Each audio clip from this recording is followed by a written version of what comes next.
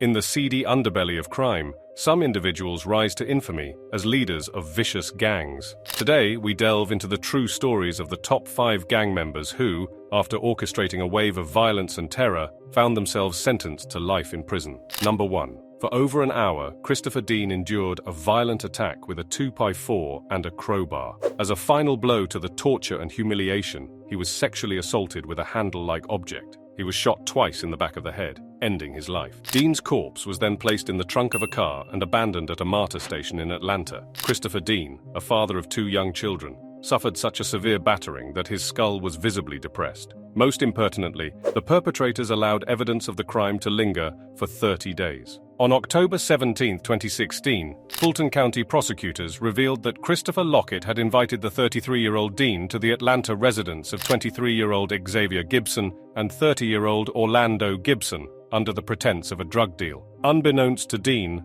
Lockett had discovered his past as a police witness in California. Allegedly, Lockett and other members of the gangster disciples devised a plan to torture and murder Dean, sending a clear message to gang members that cooperating with the police would mean dire consequences. Prosecutors asserted that Dean thought it was another routine drug deal with Lockett. However, the reality was a sinister plot to inflict severe harm on him. Due to the egregious nature of the injuries and the involvement in criminal street gang activity, the state recommended a 20-year sentence on one count and life imprisonment without parole for malice murder on another count. The jury convicted Lockett, Gibson, Cortez Clark, 21, Rooks, and Green for felony slang participation in criminal street gang activity, among other related felonies. More than 2 years later, Fulton County Superior Court Judge Gail S. Tuzan sentenced all 5 defendants to life in prison. Lockett received a life sentence without the possibility of parole. Clark received 2 consecutive life sentences plus 5 years. Green received life imprisonment plus 3 years,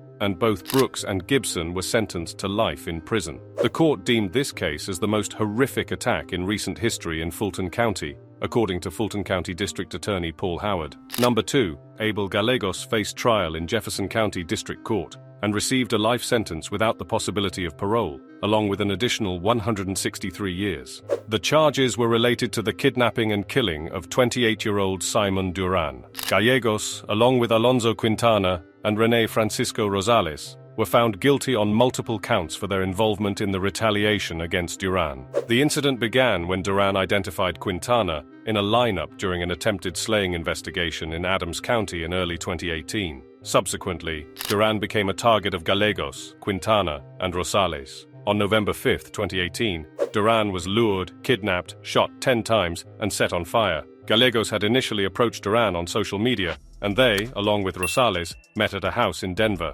Duran, Gallegos, and Rosales left the house together, and after Rosales went home, Gallegos took Duran to a parking lot where they met Quintana. Quintana and Gallegos physically attacked Duran, imprisoning her in the back seat of a vehicle. Authorities state that they then drove to a dark, secluded spot in Number 3. After 2 days of deliberation, a jury rendered a verdict, finding 3 men guilty in the murder of the owner of a party store in Clinton Township. Kenneth Hill, 27, and Joma Robinson, 26, from Clinton Township, along with Darius Diaz-Gaskin, 25, from Detroit, were jointly tried in Macomb Circuit Court. They were convicted of first-degree armed robbery, possession of a felony firearm, and conspiracy related to armed robbery. During the sentencing, the judge addressed the convicted men, expressing strong condemnation for their actions. The judge remarked that they were an absolute disgrace to the human race and hoped that their life sentences in prison would prompt reflection on the terrible decisions they had made. The judge emphasized that the blood of a loving father, husband, son, and brother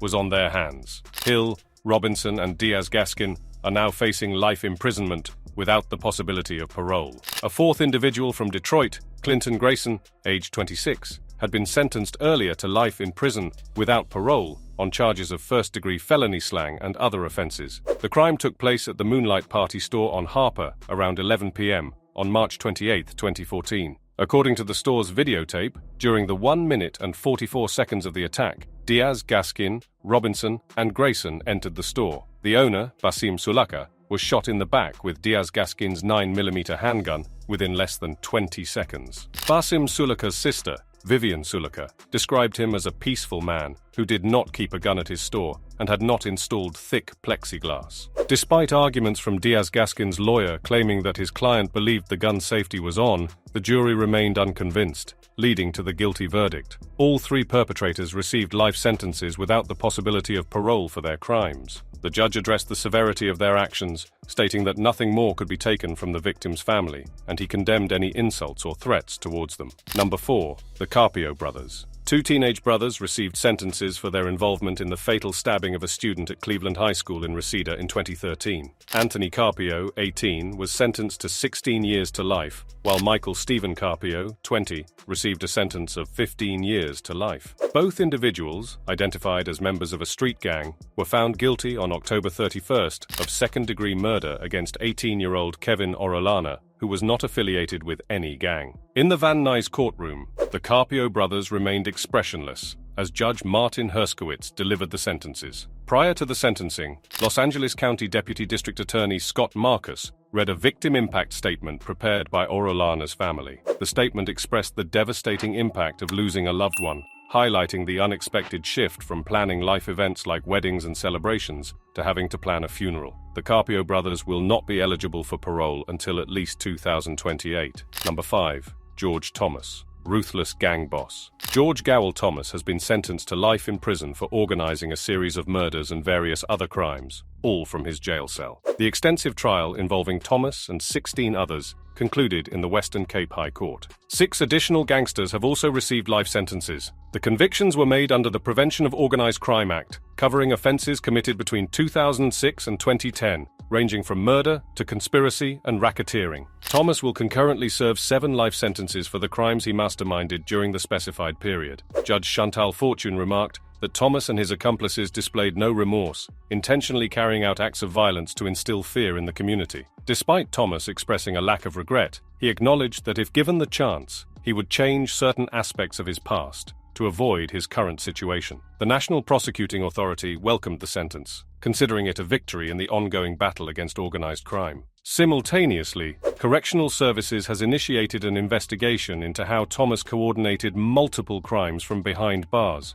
Thomas made over 30,000 cell phone calls between 2008 and 2010 while awaiting trial. The court learned that he systematically planned the slayings of various individuals, including potential state witnesses, across 5 different facilities where he was an awaiting trial prisoner. Throughout the trial, it was revealed that Thomas had effectively turned the prisons into his personal headquarters, terrorizing correctional service officials. Despite Thomas claiming that his attacks on prison warders were retaliatory, Judge Fortune emphasized the brutal nature of his actions when handing down the life sentences. This marks the conclusion of the video. Until next time. Do you think a life sentence is fair for these convicts? Let us know in the comments below and make sure to subscribe for more videos like this.